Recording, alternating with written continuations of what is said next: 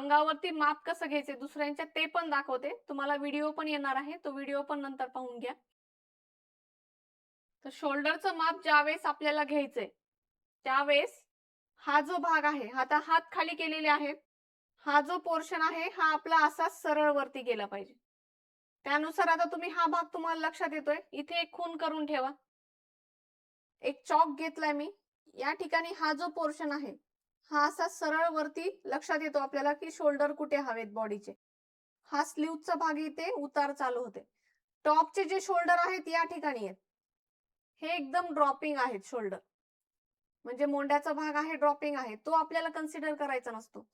बॉडीचे शोल्डर कुठे आहेत त्यानुसार आपल्याला हा भाग इथे कन्सिडर करायचा आहे. म्हणजे स्लीव्स इथून जॉईन झाली पाहिजे जिथे माझं बोट आहे. हे मी असं इथे उचलून ठेवलंय. या ठिकाणी इथे काय करायचं, एक मार्किंग करायचं. हा पॉइंट आपण मार्किंग केला. सेम या साइडनी पण हा भाग इथे जसा वरती जातोय त्यानुसार इथे एक मार्किंग केलं. तुम्हाला हवा असेल तर स्केलनी याप्रमाणे असं सरळ घेऊ शकता. हा जो आपला भाग आहे, हा भाग इथे यानुसार सरळ मध्ये आला पाहिजे. मोंढा जिथे संपतोय असा एकदम असा छातीवरती नेऊन स्केलनी क्रॉस घ्यायचं नाही किंवा आतल्या साईडला असं जायचं नाही.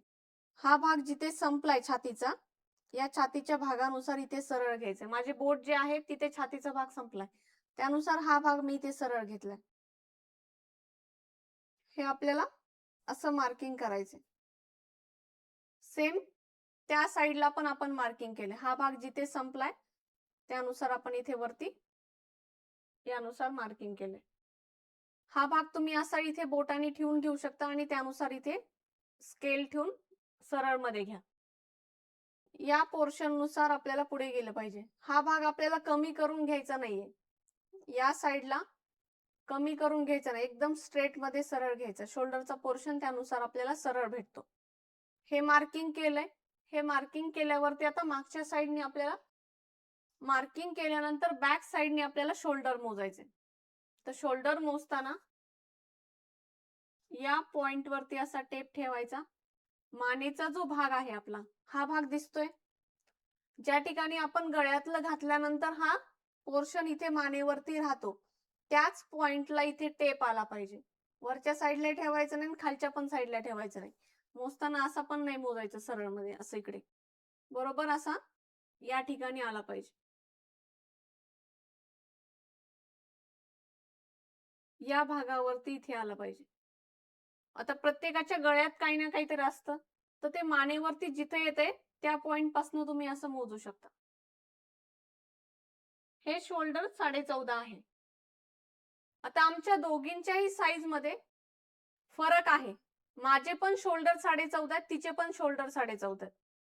36 साईज नुसार शोल्डर बदलतायत किंवा शोल्डर फिक्स कधीच वापरले जात नाहीत. छातीच्या साईजचा आणि शोल्डरचा काही फरक नसतो. म्हणजे जो काही सेम भाग आहे तो आपला त्याच्यावरनं काढता येत नाही. हा जो भाग आहे शोल्डरचा, शोल्डर वरतीच काढायचा आहे. छातीचा भाग छातीनुसारच घ्यायचा आहे. बाकीचे जे काही माप आहेत बाकीच्या मापानुसारच घ्यायचे. मोंड्याचं माप शोल्डर नुसार काढायचं नाही किंवा छातीनुसार काढायचं नाही. छातीचा भाग मोठा असू शकतो, हा भाग लहान असू शकतो, किंवा छातीचा भाग लहान असू शकतो, हा भाग मोठा असू शकतो. प्रत्येकाची शरीराची रचना वेगळी आहे. काहींचे दंडाचा पोर्शन हा मोठा असतो, तर त्यांना मोंड्याचा घेर मोठा भेटणार आहे. छातीचा भाग लहान असतो पण मोंडा घेर मोठा भेटतो. तर प्रत्येकाचं माप जसं आहे, जे जिथलं माप आहे त्यांच्या अंगावर तिथूनच घ्यायचंय.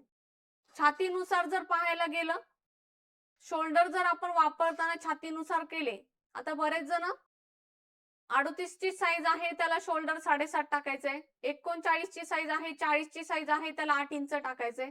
हे असे फिक्स शोल्डर दिले जात नाहीत. आपल्याकडे ते भेटणारही नाहीत. तुम्हाला अंगावरतीच मोजायचे. काही जणांचा छातीचा भाग मोठा असतो, तब्येत पण जास्त असते, पण हा पोर्शन रुंदीला कमी असतो. तर त्यावेळेस शोल्डर कमी पण येऊ शकतात, 14 येऊ शकतात, 13.5 येऊ शकतात. प्रत्येकाचे जसे शरीर आहे त्यानुसार आपल्याला ते मोजायचे.